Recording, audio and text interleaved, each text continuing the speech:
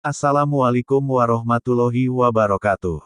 Halo semuanya, berjumpa kembali dengan Amukti Channel. Semoga teman-teman semuanya dalam keadaan sehat walafiat, amin. Kali ini saya akan menceritakan kisah tentang Nasruddin Hoja. Ia tak perlu berlama-lama, langsung saja ke ceritanya. Nasruddin Hoja, tokoh yang satu ini unik tidak hanya pada masa hidupnya, tetapi juga ketika meninggal dunia. Ia wafat pada umur 80 tahun, diyakini dimakamkan di Aksehir, Konya, yang unik pada pintu masuk ke dalam kubah makam di antara dua pilar penyangga, dibangun sebuah gerbang besi yang tinggi lengkap dengan gembok yang kuat, namun, kelima sisi makam yang lain sama sekali tidak berpagar alias terbuka. Orang bisa masuk dengan mudah tanpa harus melewati pintu. Tidak hanya itu, di makamnya terdapat tulisan, "Di sini dimakamkan Nasruddin, meninggal pada tahun 386, padahal sesungguhnya Nasruddin meninggal pada tahun 683 Hijriah, sekitar 1284-1285 Masehi.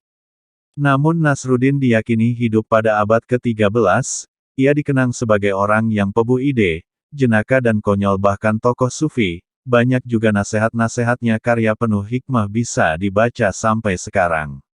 Untuk mengenang Nasruddin diadakan Festival Nasruddin setiap tanggal 5-10 Juli di Turki.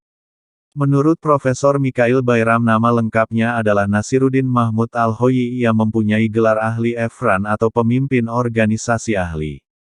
Lahir di kota Hoi di Azerbaijan, pendidikannya ditempuh di Khurasan dan menjadi murid seorang mufasir Quran yang terkenal yaitu Fakhruddin Ar-Razi di Herat.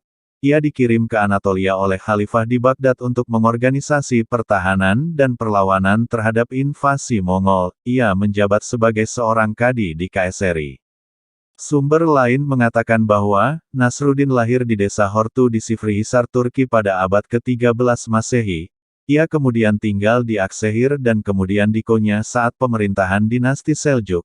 Ia meninggal pada tahun 1275 Masehi atau 1285-6 Masehi. Makam Nasruddin dipercaya berada di Aksehir. Kisah-kisahnya menyebar ke berbagai wilayah. Tema-tema dalam cerita menjadi bagian cerita rakyat dari beberapa negara dan mengekspresikan imajinasi nasional dari berbagai kultur. Meskipun kebanyakan menggambarkan Nasruddin berada di lokasi desa kecil, beberapa kisah lain menggunakan konsep masa hidup Nasruddin tidak dibatasi waktu. Wallahu a'lam. Wassalamualaikum.